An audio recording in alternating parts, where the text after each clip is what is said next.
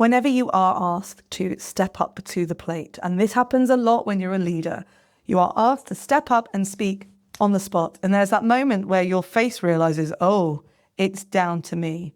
And the only thing that you will have on your side is clarity. And in those on-the-spot moments, clarity disappears because your brain goes, oh, I've lost all of the clarity. Here are 3 things you can avoid to make sure that you nail that crystal clear clarity. Number 1, missing the mark.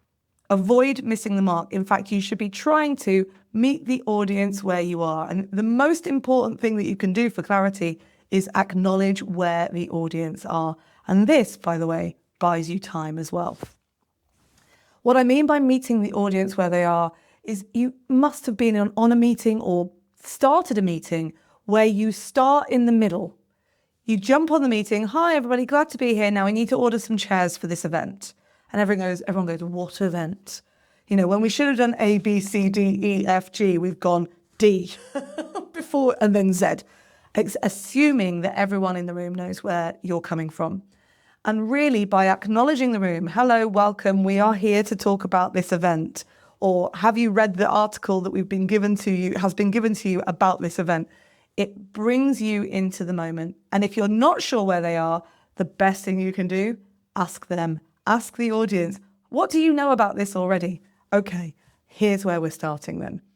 So meeting the audience where they are is going to be absolutely critical in making sure that you get that crystal clear clarity.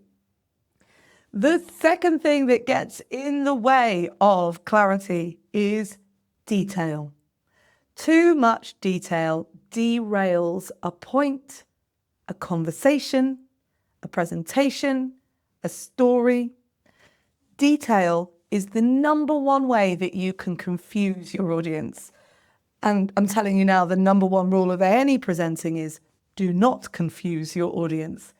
Keep it simple. If you've got a load of numbers, round them up. Give headlines. If people want details, they can ask for them later. Really only sell the critical pieces that you need to talk about. You know, in news programming, when I was working at the BBC, people would talk, or I have producer friends who would talk about how in a news bulletin, they'd only let you have like 2 numbers or something like that. So essentially what you're looking for is that simplicity of what that number is and why you're using it.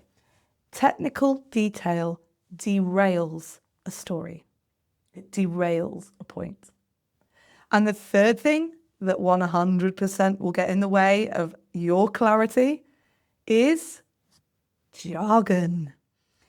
I was speaking to a client recently and she was saying, I'm going to go into this meeting and I'm going to talk to my senior managers and I'm going to say to them that we've been gathering all of the spatial data that we need to make sure that we get this project moving forward. And I said, I'm sorry, I'm going to have to stop you. What are you talking about? And then she continued to tell me the story. Rather than talking about the spatial data that she was gathering from the project, she told me a story about how there was a doctor's surgery at the bottom of the hill. And it meant that there were people in the community that weren't using that doctor's surgery because it was at the bottom of the hill. And that actually, if they moved that doctor's surgery or a point to the top of the hill, people would use it. And I went, that tells me more than you saying we have X% of spatial data. That's the first type of jargon that you'll come across, jargon that is very specific to your work and your industry.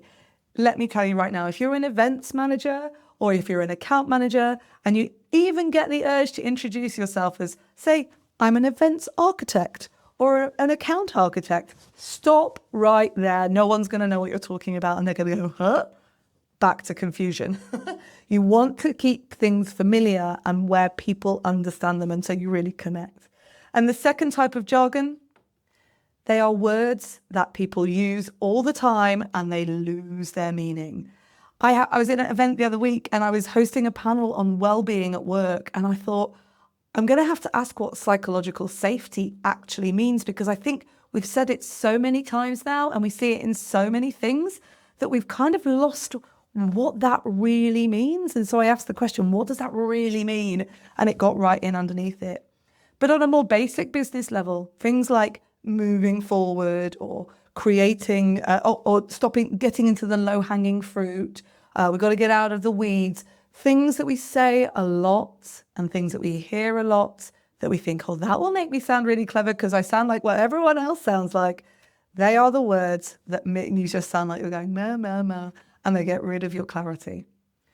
So, in short, 3 ways that you can make sure that you're absolutely hitting that clarity that you need to hit to get your message across and make sure people really are listening and doing what you want them to do.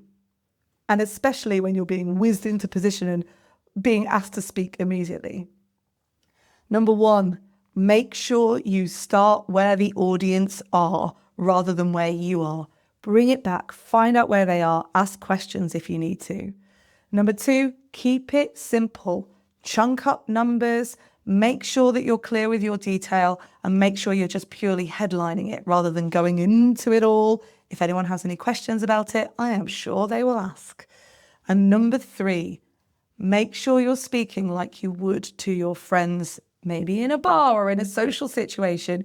Use the words that you would use, tell the stories, give the examples. If you hear yourself using a word that you're like, oh no, I'm using jargon, just make sure you give an example or you explain what you mean.